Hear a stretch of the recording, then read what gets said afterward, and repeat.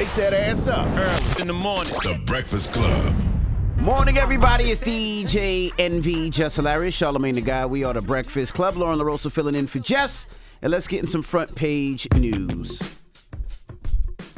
Good morning, Morgan. Good morning, Morgan. Good morning, Morgan. Defund the police. In Minnesota, she went out. Wait a minute. I'm talking now.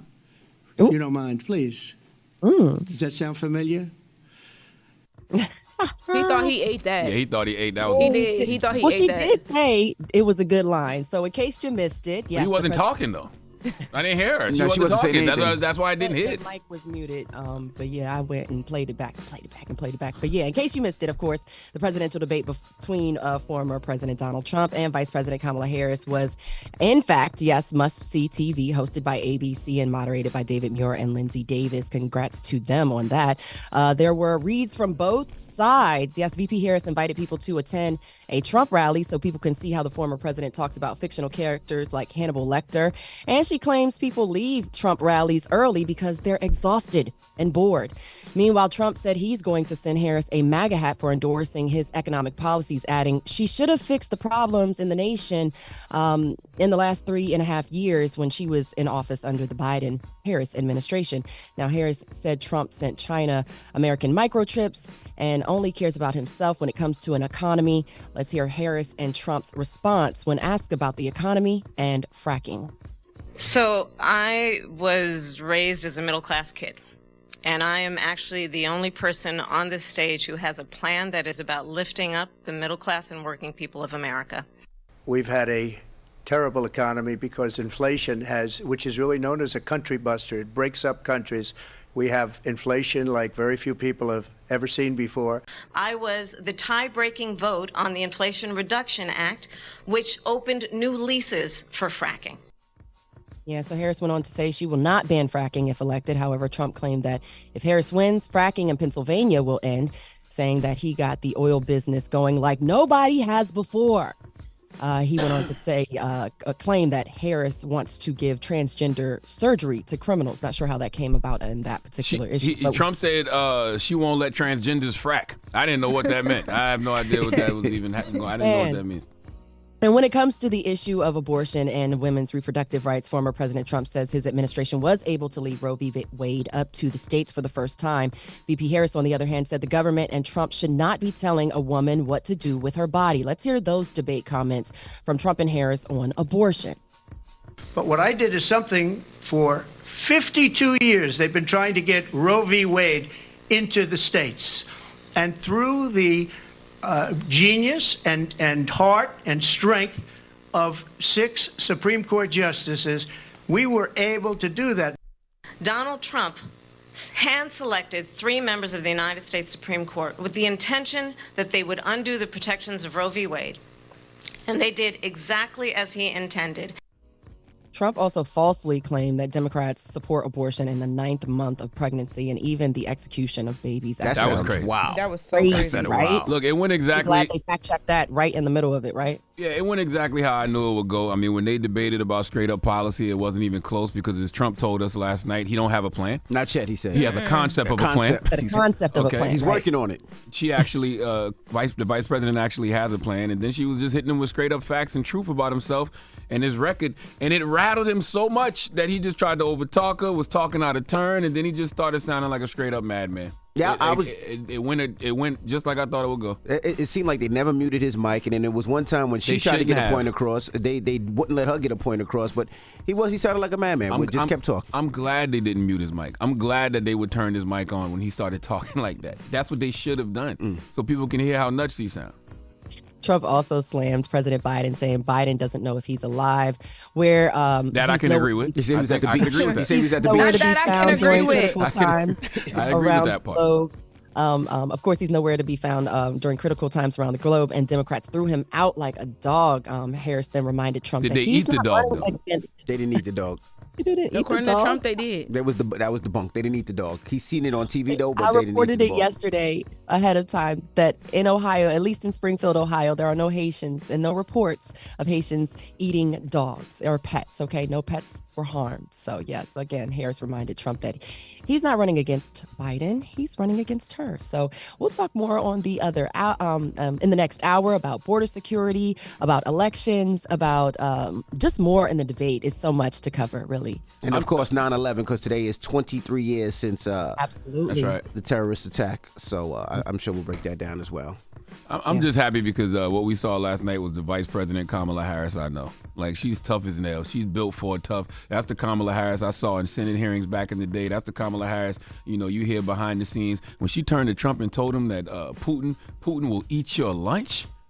I was like, yeah. There was one point where she was about to be like, this here. Yo, I Well, swear. she was like, this. Yo, I got the video. I saved Former it. I can't wait to president. use I remember it that part. as a meme. She was just trying to figure out what to call him. It wasn't going to be this president, this former president. Yo, I was so happy last night that I spoke black woman because her faces Oh, and yeah. everything she couldn't say. I thought it was going to be his faces, but it was totally her face. Her language, He had the meme. her body language when she wasn't talking and the camera was just on her. Perfect. Yeah, absolutely. Yep. The straight to the camera when it was on her. He wouldn't even look her. Perfect. He wouldn't even look her in the face. He didn't want to shake her hand. But we'll talk about it. Shake her hand. He didn't want to shake her He hand. looked very weak last night. That is something I haven't seen from Donald Trump probably ever. He just looked weak, like the bully got bullied. And ill prepared. And does your bullet wound heal that fast?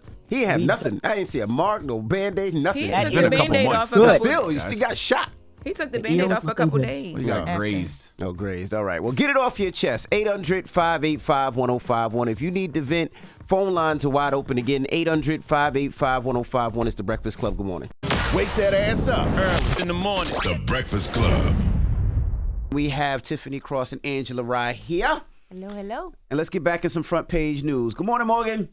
Good morning. Good morning. So yes, the conversation continues around the presidential debate on the issue of border security. Vice President Harris says Congress is to blame for not addressing the border issue, and she accused Trump of killing the bill in Congress in order to make it an election issue. Now, Harris went on to list members of Trump's staff that have criticized him, calling him a disgrace and endorsing her.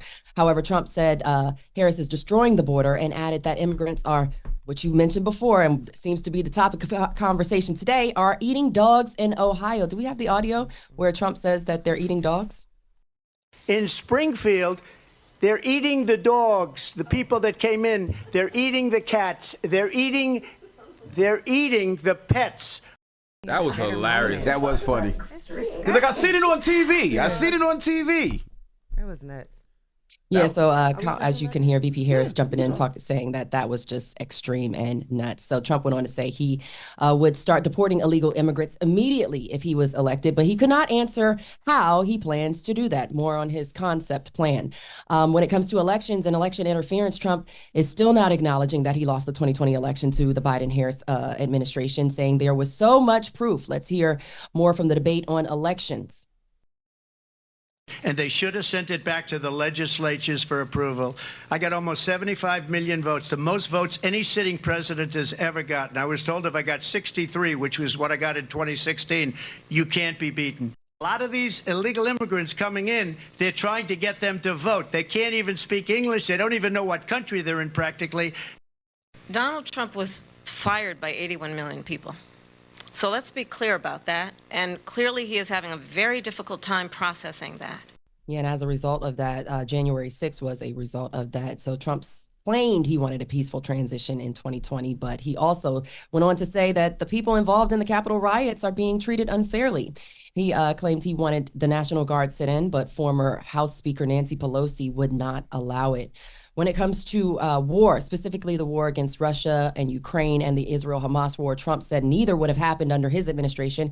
He says he knows both presidents, the president of Ukraine and Russia, very well, and they respect him, and not Biden.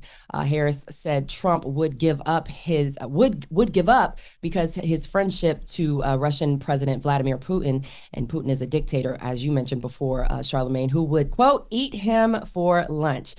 They also spoke about the Israel-Hamas war, with Harris saying it should end immediately, and Trump saying that she hates Israel and the Arab population. Let's hear more on the debate on the current wars.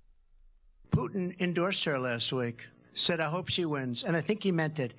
because what he's gotten away with is absolutely incredible. It wouldn't have happened with me. And it is absolutely well known that these dictators and autocrats are rooting for you to be president again because they're so clear. They can manipulate you. Far too many innocent Palestinians have been killed. Children, mothers.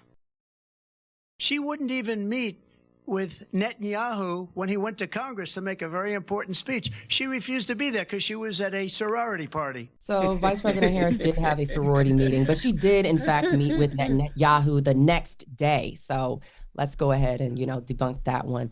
Vice President Harris says that Israel has a right to defend itself, and how that happens does matter. Now, Trump also says he wants the war in Ukraine to stop, but he would not answer whether he wanted Russia or Ukraine to win.